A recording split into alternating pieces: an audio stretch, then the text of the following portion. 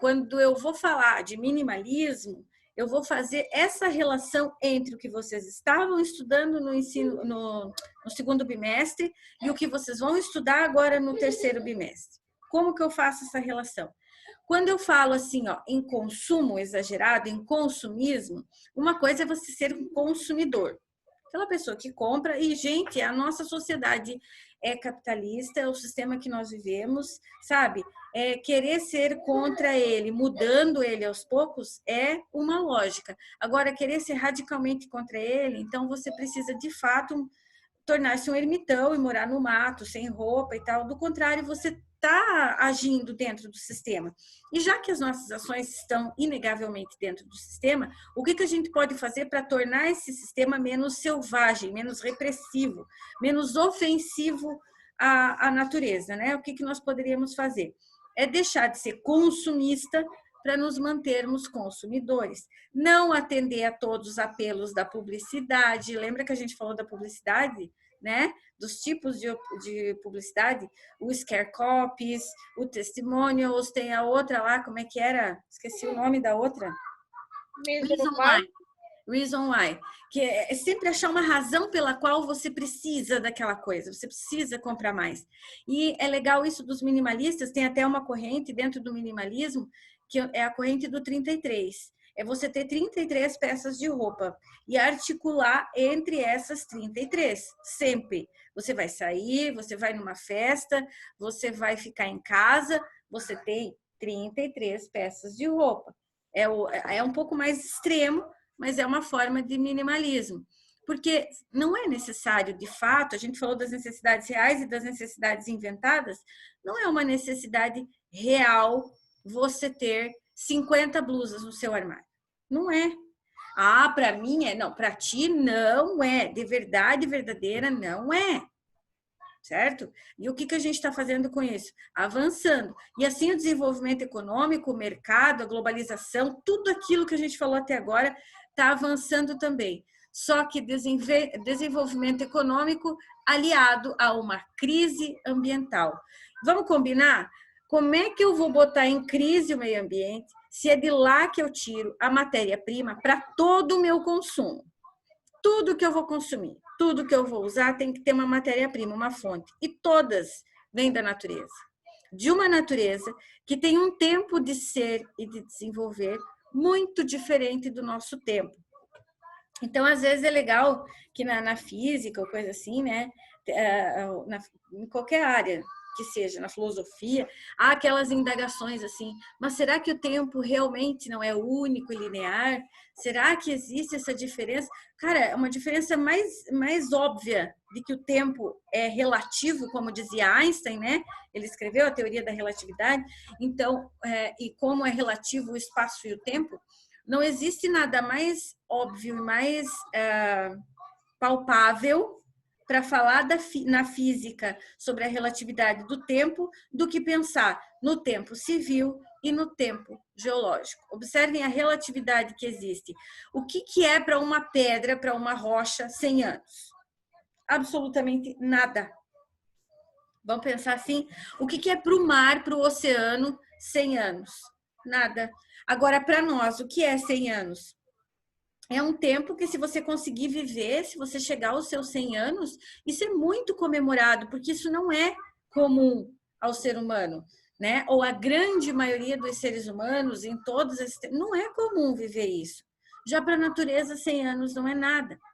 Agora, vamos juntar as duas coisas? O que significa na natureza 100 anos com a ação do homem? Acelerou a transformação dela, não acelerou? Agora, o que significa para o homem 100 anos com a ação da natureza? Se ele permitir que a natureza reaja no seu tempo e de acordo com a sua velocidade, ele ganha. Mas a gente não está tendo esse respeito todo, né?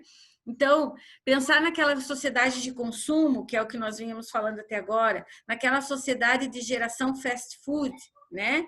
Que é aquela sociedade de consumo rápido, consumo imediato, sem muito raciocínio, e pensar o tempo da natureza, o tempo geológico, o tempo de cada ciclo na natureza, o ciclo da hidrosfera, o ciclo da atmosfera, os ciclos da litosfera, pensar tudo isso, quando a gente pensa nessa relação, a gente pode não se dar conta e achar que é muito lento e diferente da nossa velocidade para agora, mas são dois tempos que precisam se combinar de alguma maneira, gente.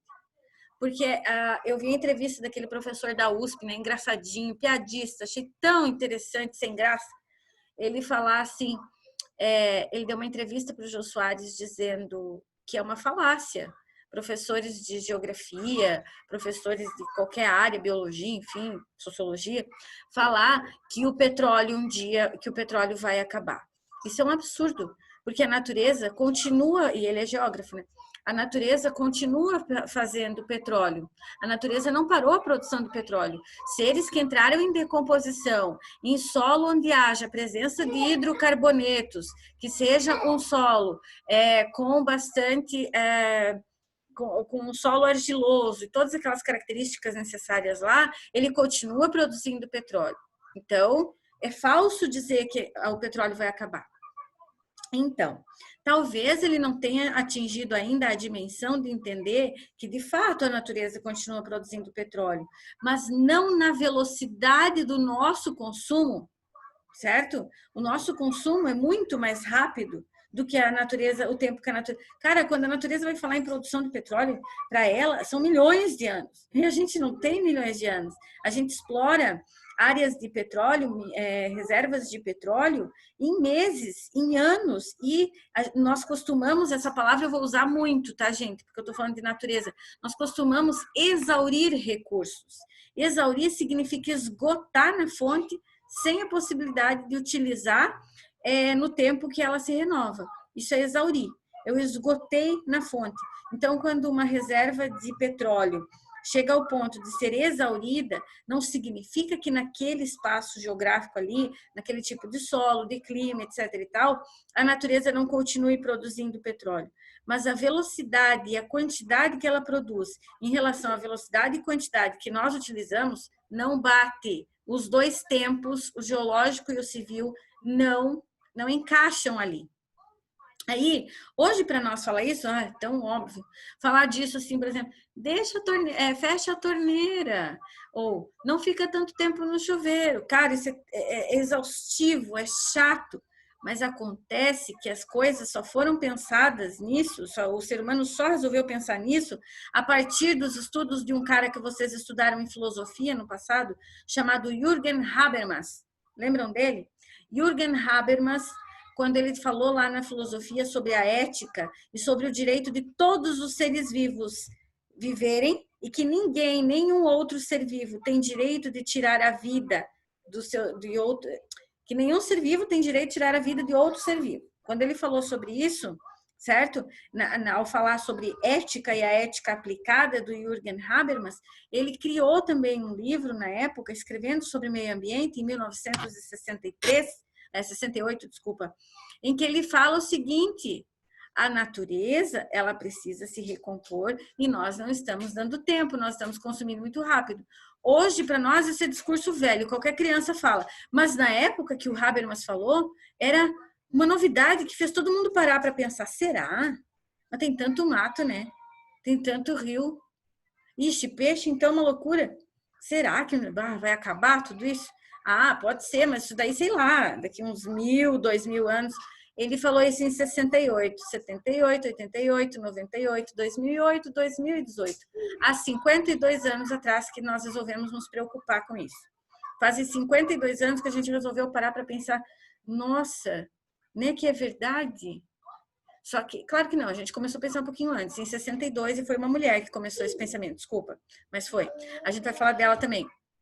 Mas só para citar o Habermas, porque vocês já estudaram ele em filosofia, e a teoria dele da ética, em que diz que nenhum ser vivo tem direito de tirar a vida de outro ser vivo, e isso é bem pesado, porque, cara, quando eu vou comer um alface que eu acabei de colher, eu estou tirando a vida de um ser vivo.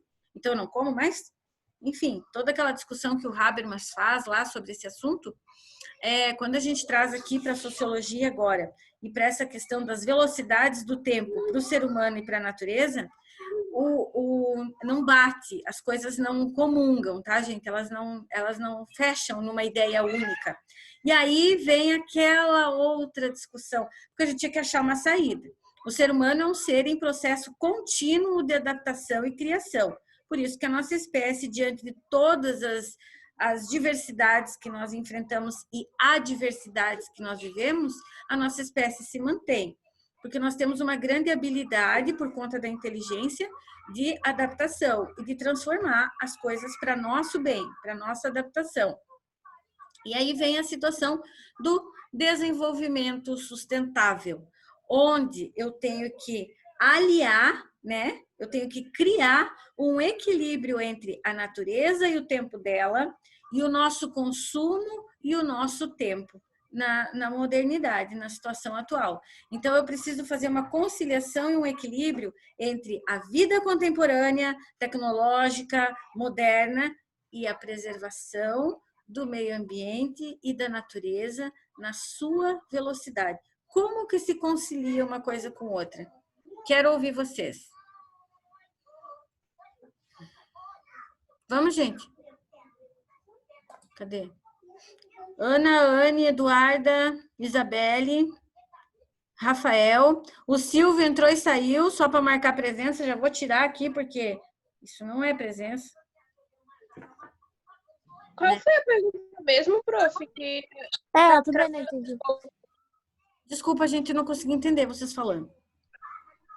É que tá travando um pouco. Daí, qual que foi a pergunta mesmo? Ah, tá. Então, desculpa. Eu perguntei assim, o que nós poderíamos fazer para conciliar esse equilíbrio entre natureza e consumo, entre a nossa vida contemporânea, tecnológica, e a preservação do tempo e dos produtos da natureza? Como que a gente poderia conciliar isso?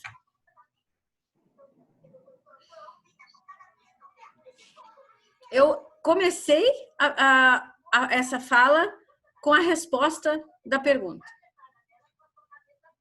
Como a prof falou, tipo, deixar de ser consumista e ser só consumidor.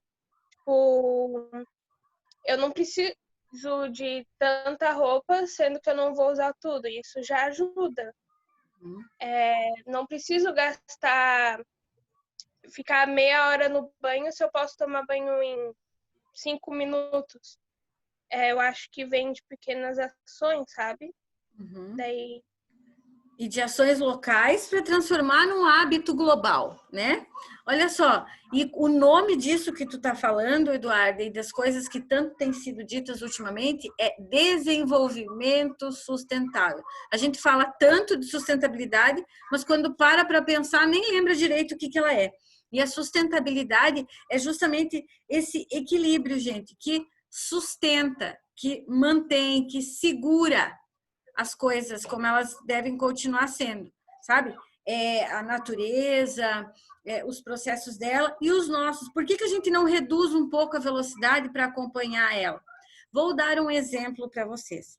Eu sei que a imagem que vocês têm na tela, nesse momento, é uma imagem de desequilíbrio total. Quanto tempo, vocês estão com a imagem da floresta ali, né? Quanto tempo uma árvore dessas leva para crescer? Quanto tempo leva para derrubar ela, para abrir o solo?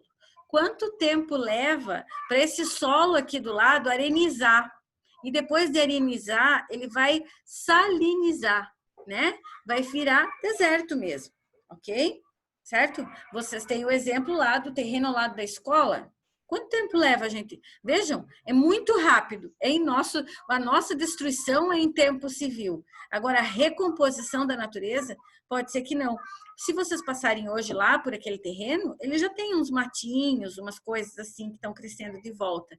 Mas a recomposição de uma floresta e de uma floresta que crie e torne-se um bioma de Mata Atlântica, quanto tempo leva para acontecer isso? Em compensação, em uma manhã eles foram lá e derrubaram tudo, né? Desrespeitando totalmente as coisas. E quando acontece uma situação contrária? E quando a gente ajuda a desacelerar, mas sem pensar nisso? Vou colocar outra foto para vocês olharem e pasmem. Mudou a imagem de vocês ou ainda não? Ainda não. Tá. Esqueci que tem que fazer isso. Aí. Agora, olhem isso. Que gráfico é esse?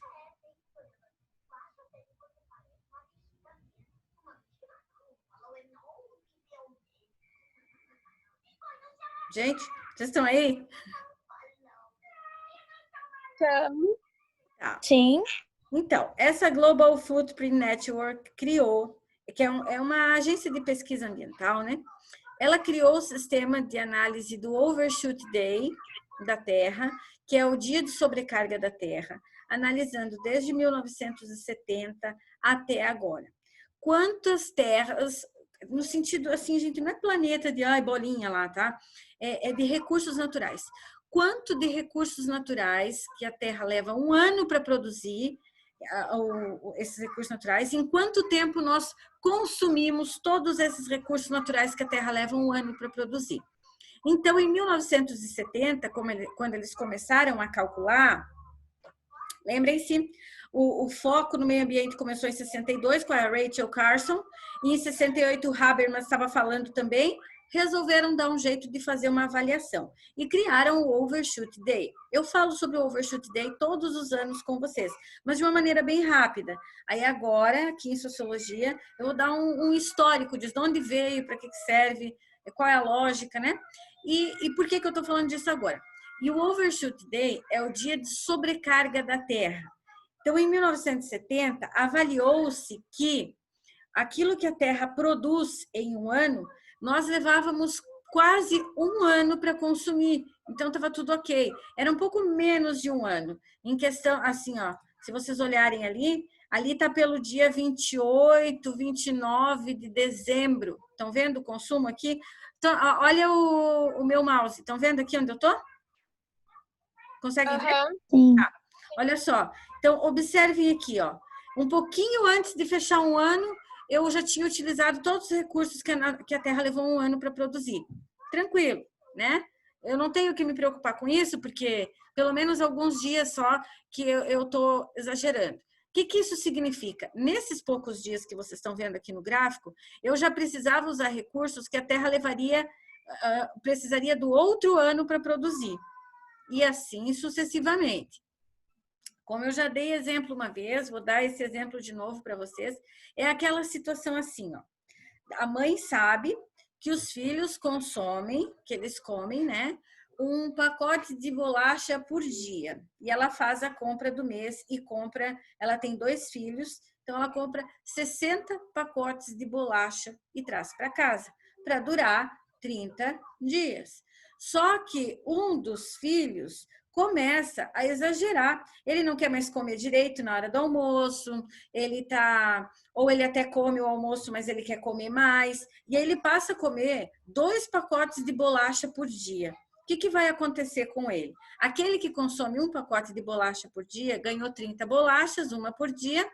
Quando chegar o fim do mês, ele tá bem, ele comeu a bolacha, ele não precisa mais nada. Agora, aquele que começou a comer 2 pacotes de bolacha por dia, quando chegar na metade do mês, ele vai começar a pedir para a mãe: mãe, eu quero mais bolacha. Não, você vai esperar um mês. Mãe, eu quero mais bolacha. Senão, eu vou começar a roubar do meu irmão, vou começar a pegar dele. E aí começa a briga. E daí tem que tentar. Aí a mãe, para conciliar, o que ela faz? A mãe terra, o que ela faz? Ela vai lá e compra mais no mercado. Só que nós não temos outro mercado para a Terra buscar a produção dos recursos. Nós não podemos ir pegar em Marte, nem em Saturno, nem na Lua sequer, que é tão perto, né? Não tem condições. Então, o que a gente começa a fazer? A gente começa a usar as bolachas do mês seguinte. E aí eu termino com as minhas em 15 dias e a mãe já comprou as bolachas do mês seguinte, só que ela deixou guardada e eu descobri. Aí eu vou lá e vou pegando as bolachas do outro mês. Quando chega o fim do mês, eu já comi todas. E o meu próximo mês, eu não tenho mais o que usar. Eu esgotei. É o dia de sobrecarga das minhas bolachas. A minha mãe pode ir lá comprar mais. A Terra, não. Entenderam? E a gente está avançando cada vez mais, pedindo emprestado para o ano seguinte, os recursos do ano seguinte. E isso estava numa velocidade ascendente. todos os anos isso estava crescendo, desde 1970. Olha só, presta bem atenção agora, gente. Isso aqui vai ser essencial para as próximas aulas. Que bom que vocês 5 estão aí. Olha só, aqui, ó, eu tenho 1970, vai indo, ó, 72, 74, 76. Eles fizeram aqui de 2 em 2 anos, para não colocar tudo, né? Olha só, gente, vai aumentando, diminuindo, aumentando, diminuindo.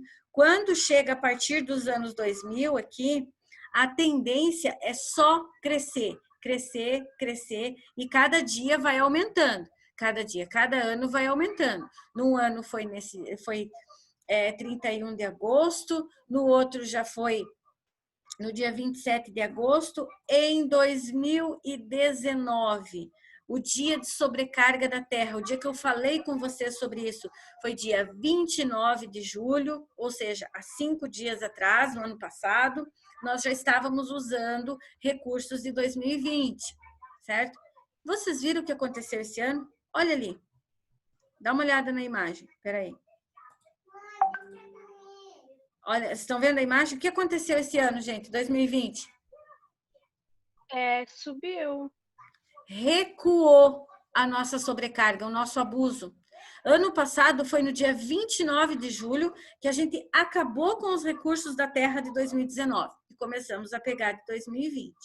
Esse ano ainda não aconteceu o Overshoot Day, que se fosse seguindo a lógica de abuso, era para ter acontecido ali pelo dia 20 de julho, já ter sido dia de sobrecarga da Terra. Mas ele passou para o dia 22 de agosto. Os cálculos dizem que o dia de sobrecarga da Terra esse ano vai ser dia 22 de agosto. Quase 30 dias a Terra ganhou em relação ao nosso consumo. O que aconteceu? Bateu consciência em todo mundo? A pandemia, né? O que aconteceu, gente? As pessoas ficaram praticamente um mês em casa, sem transporte público, essas coisas. É mais que um mês, né? Porque se tu for analisar o mundo inteiro, a história toda começou em março. Então, abril, maio, junho, julho. Uns 4 meses que no mundo todo houve uma parada no quê? No consumo. No consumo de combustível, no consumo de roupa, de calçado, no consumo de comidas compradas, de comidas de fora de casa. E está acontecendo um movimento maravilhoso. Eu estou encantada, eu nem acredito que a humanidade esteja tomando essas atitudes. Tem muita coisa destrutiva, mas tem muita coisa maravilhosa. Está acontecendo um movimento mundial, global. Eu acho isso muito interessante. Sociologicamente analisando, esse comportamento social é fantástico, porque não houve um movimento assim, um surgimento de movimento, um grupo inicial que começou a falar sobre isso e todos foram acompanhando. Não, ele começou em várias partes do mundo ao mesmo tempo. Que movimento é esse? É o movimento das pessoas que estão cada vez mais trazendo para dentro de casa planta. Cada vez tem mais planta em casa e o número de pessoas que está fazendo horta em casa também. E não houve uma situação assim, gente, vamos criar um movimento na internet para que todas as pessoas tenham bastante plantas dentro de casa, para a renovação do ar dentro da sua própria casa, para a renovação do ar colaborando com o meio ambiente, porque essa renovação sai, as plantas vão contribuir com o lado externo também. Todo mundo plante, por favor, uma horta. Não teve isso. Ninguém falou isso. Simplesmente aconteceu. E mais ou menos ao mesmo tempo, de forma simultânea, no mundo todo, há notícias, reportagens, e agora sim virou um movimento global, porque agora um se deu conta do outro 4 meses depois, de que sim, a gente criou uma espécie de movimento involuntário de pessoas que estão agregando plantas dentro de casa. As plantas já faziam parte da decoração, né? As pessoas já tinham. Mas existe uma forma, agora tem até nome, né?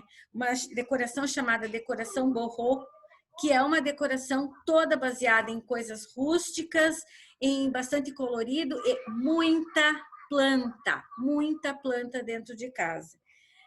Então, esse era um costume que as vovós, as tias, as mamães de antigamente tinham, né? De ter aquela planta. Aí tinha a violeta, tinha a orquídea, a samambaia, mas que agora tem muito jovem que, sentindo-se isolado, solitário, adotou, nesse período de quarentena, adotou animais, adotou plantas. Tem um cara que ele tem um canal no YouTube que ele plantou uma espécie chamada, tem várias espécies que se chamam jiboia, né? Mas tem as menores, as maiores. E ele tem uma jiboia no apartamento dele, que é uma planta, que ela é uma planta que vai crescendo assim, né? Ela é, como é que é? Trepadeira. E a jiboia, ela foi crescendo no apartamento dele e ele foi prendendo ela na parede. Então, a sala do apartamento dele, da casa dele, assim, é show de bola, sabe? Parece que você entrou numa selva, numa mini selva.